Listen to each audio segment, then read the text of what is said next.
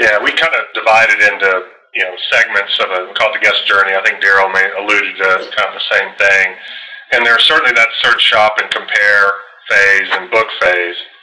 Then there's this sort of pre-stay planning where they're maybe day of stay, they're kind of getting acclimated, and then there's actually the property arrival and stay management.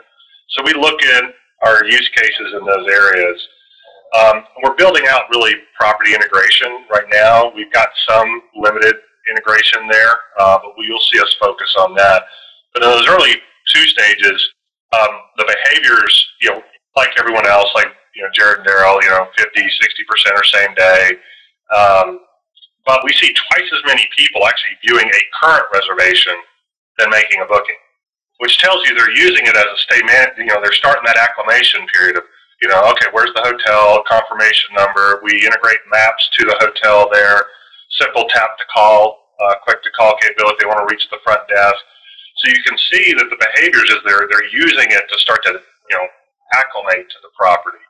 And then we've got some limited on-property offers. Hotel can load in, a free drink or a discount on food, which they can then redeem, show the phone and redeem at the property. So we're easing into that, offer area, but eventually you'll see us actually build in functional capability around checking in, around, using your phone to retrieve your room key, eventually focus on food and beverage and things like that. But right now we're over-indexed in that search, shop, and compare, and then sort of that pre-stay and acclimating yourself on your way stages of our journey. I think as an industry, we tend to group tablet and mobile as the same thing, and we kind of look at them. They're different. They're different form factors, and the behaviors that consumers undertake on them are different. Meaning, on a true mobile device, it's very transaction oriented. I want to book. I want to find out where the hotel is. It's very transactional. Whereas on a tablet, it's very exploration. The metaphor we use is it's a magazine. We call it couch commerce too, because 70 to 80% of our traffic on a tablet is actually coming off of a Wi-Fi network.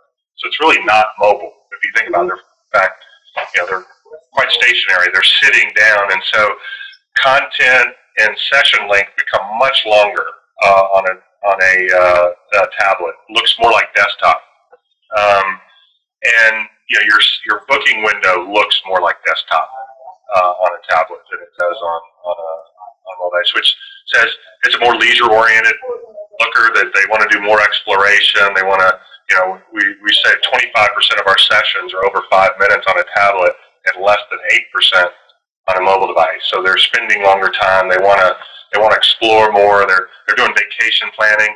I think Jared mentioned earlier, you're not doing vacation planning on a mobile phone. I think the underlying factor is something that the consumer may not visually see all that much, but it's just the speed.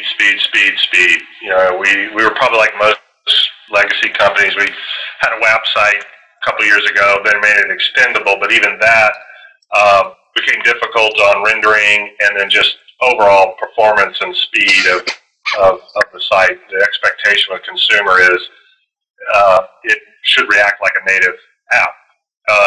So that was, it was a whole architecture. Then the other thing is we took a specific view on pathing into the site, and less than 50% of our visits actually start on the homepage. They come in through an individual hotel page, or through our performance marketing program, which would drive them into a search result set for like a city.